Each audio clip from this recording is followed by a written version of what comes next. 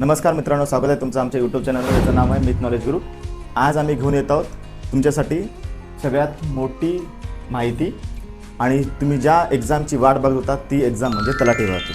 आणि तलाठी भरती हे प्रत्येक स्टुडंटचं एक स्वप्न असतं आणि त्याच स्वप्नासाठी आम्ही जी जाहिरात आहे ती जाहिरात आम्ही इथे एक्सप्लेन करणार आहोत. ओके, तर सगळ्यात महत्त्वाची माहिती म्हणजे आता जी तलाठी भरती आहे ती सरळ सेवा भरती नसून ती आता आपल्याला MPSC मार्फत होणारी भरती आहे. कोणती आहे? MPSC मार्फत होणारी भरती आहे. याच्या अगोदर MPSC मध्ये ग्रुप सी मध्ये गव्हर्नमेंटनी जाहिरात काढली होती.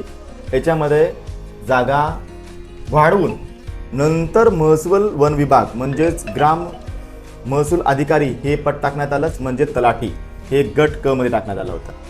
पहिले तलाठी भरती ही सरळ सेवा भरती होती. सरळ सेवा भरती म्हणजे एक एक्झाम द्या आणि डायरेक्ट तुमचा रिझल्ट होता. पण आता ही एक्झाम तशी नसून ही एक्झाम आता 2 टप्प्यामध्ये होणार आहे आणि ती एक्झाम तुमची MPSC मार्फत होणार आहे. MPSC मार्फत होणार असल्यामुळे ह्या एक्झामचा सिलेबस चेंज होणार आहे. हे एक्झामची काठिण्य पातळी पण चेंज होणार आहे. सगळ्यात बाबतीत आपल्याला इथे चेंजेस मिळणार आहे. ओके, तर आपण जाणून घेऊयात एक्झामविषयी आणि जाहिरातीविषयी. तर ही जाहिरात आपल्यासमोर आहे. या जाहिरातीमध्ये महाराष्ट्र गट क सेवा संयुक्त पूर्व परीक्षा 2026 आयोगामार्फत महाराष्ट्र गट क सेवा संयुक्त पूर्व परीक्षा 2026 मधून 2000 हे बघा या ठिकाणी 2611 जागासाठी 2611 जागासाठी ही भरती होणार असून ह्या भरतीसाठी 25 जून हे तारीख महत्त्वाची आहे. 25/2/2026 रोजी जाहिरात प्रसिद्ध करण्यात आली असून 16 जुलै ते 25 ऑक्टोबर 2026 रोजी प्रचलित पद्धतीने आधारित घेण्यात येणार आहे.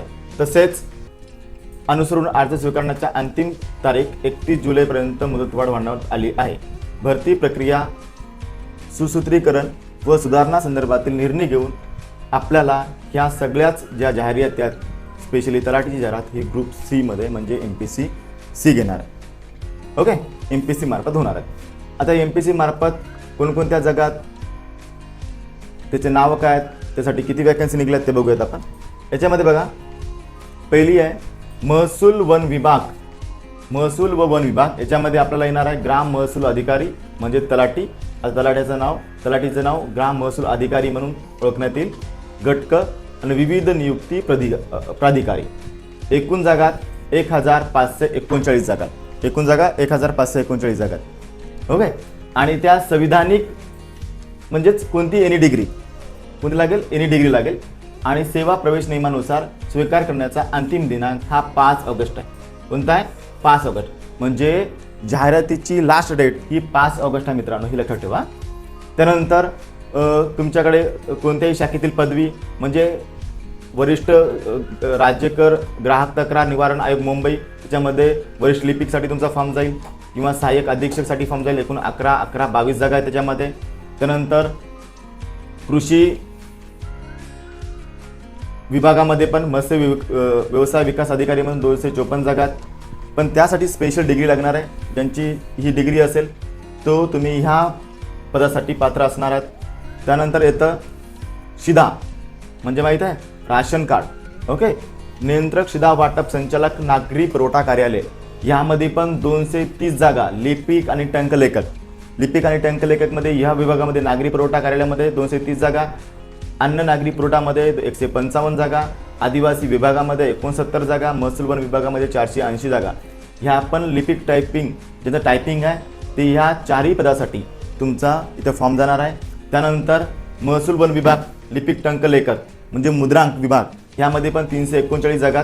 अशा जर एकूण 3088 जागांसाठी ही सगळ्यात मोठी चांगली भरती होणार आहे. आणि पारदर्शकपणा यावा यासाठी या स्पेशली जी तलाठी एक्झाम आहे महसूल अधिकारी ही एक्झाम MPSC यावेळेस घेणार आहे. तर MPSC यावेळेस घेणार असल्यामुळे त्यामध्ये सिलेबसबद्दल पण काही चेंजेस झालेला आहे. पहिले सिलेबस तलाठी एक्झामसाठीचा सिलेबस हा वेगळा होता. आता हा सिलेबस आता वेगळा असणार आहे. ओके, आणि आपण या सिलेबसबद्दल पण आपण माहिती घेणार आहोत. हे तुम्हाला समजलं असावं की कोणकोणत्या पदासाठी आहे. बरोबर आहे. अर्ज सादर करण्याचा सगळ्यात महत्त्वाचा बघा दिनांक अर्ज सादर करण्याचा अंतिम दिनांक हा 5 ऑगस्ट 2026 12 वाजेपर्यंत, रात्रीच्या 12 वाजेपर्यंत असणार आहे. ऑनलाईन पद्धतीने परीक्षा शुल्क भरण्याचा अंतिम दिनांक हा 8 ऑगस्ट असणार आहे, तो पण रात्री 12 वाजेपर्यंत असणार आहे.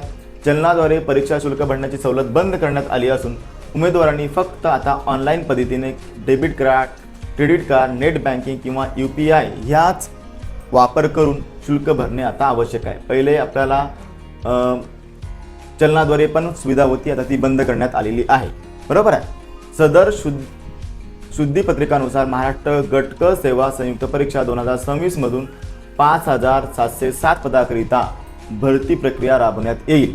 ओके. मूळ जाहिरातीमध्ये 16 जुलै 2026 रोजी शुद्ध पत्रिकातील इतर अटी व शर्तीमध्ये कोणतेही बदल केले जाणार नाही असं या निमित्तामध्ये सांगितलं आहे.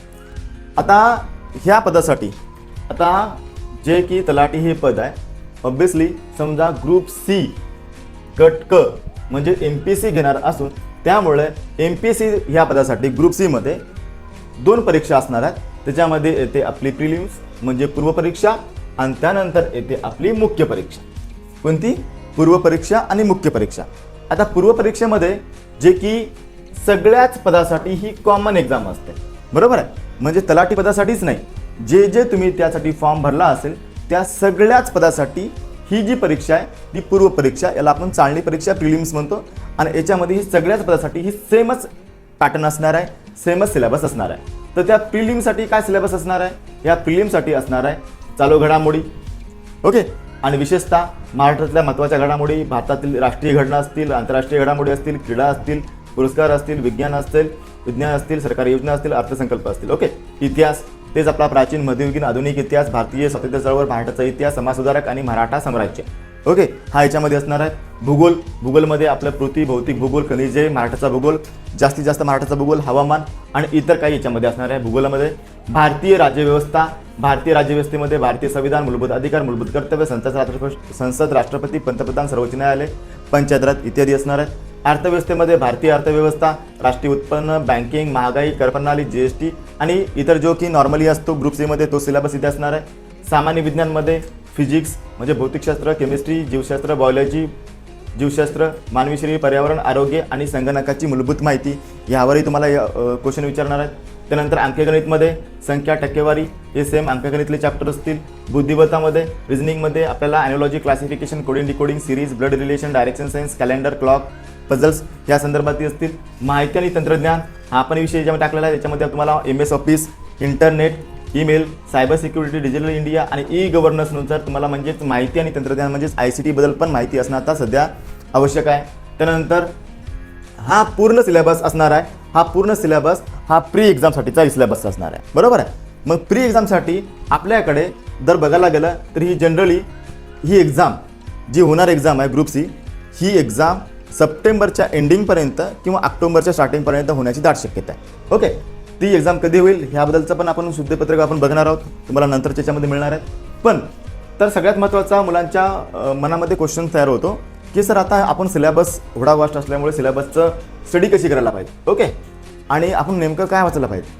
तर मुलांनो आता तुम्ही कन्फ्युजनमध्ये न पडता ओके तुम्ही काय करा, तुम्ही PYQ जास्तीत जास्त करण्याचा प्रयत्न करा. म्हणजे 4-5 वर्षात तुम्ही जास्तीत जास्त PYQ कराल आणि PYQ सॉल्व करण्याची एक पद्धत असते.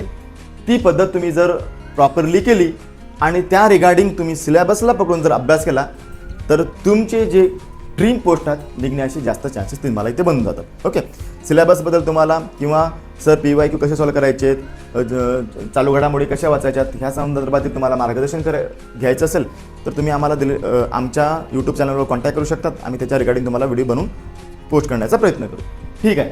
तर हे होतं पूर्वपरीक्षा प्रिलिम्सबद्दल. त्यानंतर मुख्य परीक्षेच्या सिलेबसबद्दल आपण जाणून घेणार आहोत. मुख्य परीक्षेमध्ये पेपर 1 असणार आहे आणि पेपर 2 असणार आहे. आणि पेपर जो 1 असतो ना हा सगळ्याच पदासाठी कॉमन असतो. म्हणजे त्याच्यामध्ये तुम्हाला मराठी ग्रामर हे सगळ्याच पदासाठी कॉमन असणार आहे आणि इंग्रजी ग्रामर हे सगळ्याच पदासाठी कॉमन असणार आहे. बरोबर आहे. म्हणजेच काय, हा पण क्वालिफाईज एक्झाम असणार आहे. याच्यामध्ये तुम्हाला पात्र होणं गरजेचं आहे. म्हणजे व्याकरण असेल, समानार्थी शब्द असतील, मनी असतील, वाक्यप्रचार असेल, जो काही असेल मराठी ग्रामरचा सिलेबस याच्यामध्ये इन्क्लूड असणार आहे.